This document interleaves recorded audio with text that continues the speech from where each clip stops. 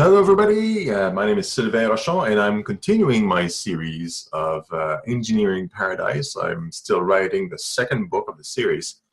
I was on holiday, which is why you haven't heard from me in a little bit. So I stopped writing for about a couple of weeks, and that was great, relaxing time. It gave me time to think and also think about the further chapters down the road. Now, we're still discussing the executive. And in this little video, I'm going to talk about the Ministry of Foreign Affairs, like how I see that working out in the ideal world of the future, the one I'm kind of building to see what it would look like ideally, like not a utopia, because that never exists, but an ideal world where things can work really well. People have all their basic needs met, and everybody has opportunities for innovation, expansions, education. Everybody has free healthcare, and so on and so forth. So all this stuff is detailed in the book, but I'm recording the process of writing the book and painting this ideal world. Now, the Ministry of Foreign Affairs, again, is part of the executive, and there's not that much to say. Because I believe a lot of it works in a similar way to, would work in a similar way on how a foreign affairs ministry actually works today in the Western world, at very least, where you have diplomats and you have, and their responsibility is to speak on behalf of the nation, right, with other nations. And so that's essentially an exterior group. Not exterior, like a domestic group that is assigned to talk with nations. So it's your telephone to other nations, if you will. They represent the citizenry. Now, since we have an online system with consensus, with feedback with the citizens, I believe the Foreign Affairs Ministry in the future would, in fact, take information from there, because they want to be able to see what the citizens would like to do regarding other countries directly. So there's direct communications from the citizenship, but also, and more importantly, I think the Ministry of Foreign Affairs would take a lot more information and direction from other ministries, because the other ministries are way more connected with the people and dealing directly with them. So I think there's going to be a lot more communication with the other ministries, and then the Foreign Affairs Ministry would coordinate with other nations as needed, depending on, is it trade, is it the diplomacy that's needed, and so on and so forth. And of course, AI and other tools can be involved in helping that. But I think what would differ a lot more compared to what we have now is that I believe foreign ministries of all nations would compose a world government of some sort. And we can use the United Nations as a model, because it's not a terrible idea. I mean, it got people from every nation talking. And I think that's positive. But the main gripe I have with the current United Nations is that, yeah, there's a Security Council with a certain limited amount of countries. I believe, if I remember correctly, there are 10 cycling members, so every nation has an opportunity at a certain point in time of being a temporary member of the Security Council. But there are 5 permanent members of the Security Council, which are, I believe, Russia, China, France, UK, and United States. Right? If I didn't really count right, but I think that's it.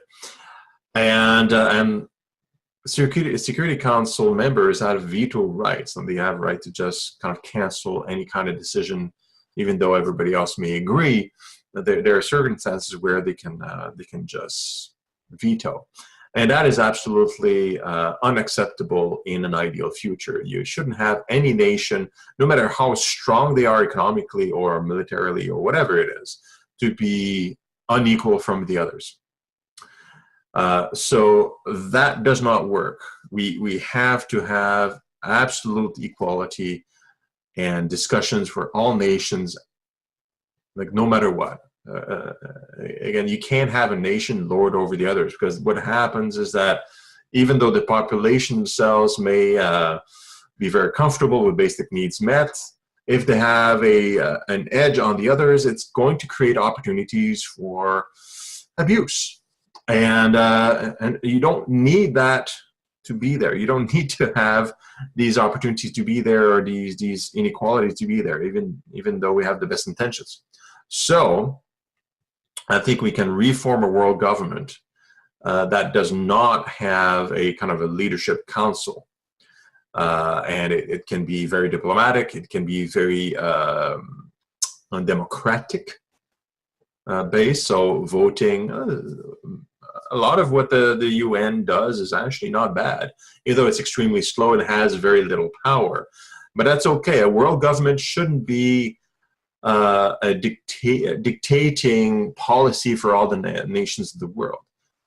Nations can handle their own things for their own people, and you don't want to have pressure from a high state. Just like nations in the future, on a national level, shouldn't force reasonable regional decision making and regulation to happen because of a subgroup that happens to be here and they want things a different way. It should be a bottom-up approach. The world government should be there to discuss things that involve the whole planet. Like, I don't know, natural disasters that happen all over the planet. Perhaps they would also control a world security force, which I've talked about in the Ministry of Security chapter.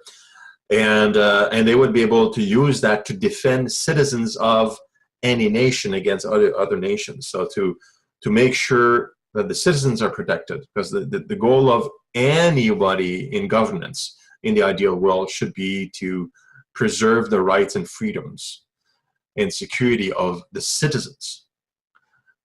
Nations themselves should have no or little to no power on their own. All the power should be in the hands of the citizens. Governing systems are there to regulate and make sure everything is equal and everybody has what they need. The world government is not is still the same. So it should be for that reason. It is a mechanism by the people for the people to ensure the people are safe. The world government would deal with things at a planetary level. That's all that is. Okay, and if there is any disputes or needs to be multinational or international diplomacy has to happen, then the United Nations can help out with other nations' inputs and so on and so forth. There's a lot of roles it can take, but it's really there to support discussions and protect the citizenry. And I think the Foreign Affairs Ministry, even though I don't talk about it a whole lot here, because there's not a lot to talk about in how it would be different, it would still be a significant part of our discussions and our news. I don't think I mean, a lot of the bureaucracy can be eliminated using AI and software and automation, and it would be a significant amount of resource. A lot of people would be needed, but compared to other ministries, they're fairly small. And even though they are negotiating with other nations, like I described before, we don't have a president or kind of a single leader. They would represent the people, but not over and above any other ministry. It's just a talking head, right, for the nation. That's all it is. So we're not giving the leader of the Foreign Affairs Ministry additional powers to represent the nation or any executive power, for example. Anyway, that's it for this particular subject, and I'm going to move on to another video that will be published next week about the Ministry of Infrastructure, which is way more interesting. Talk to you soon.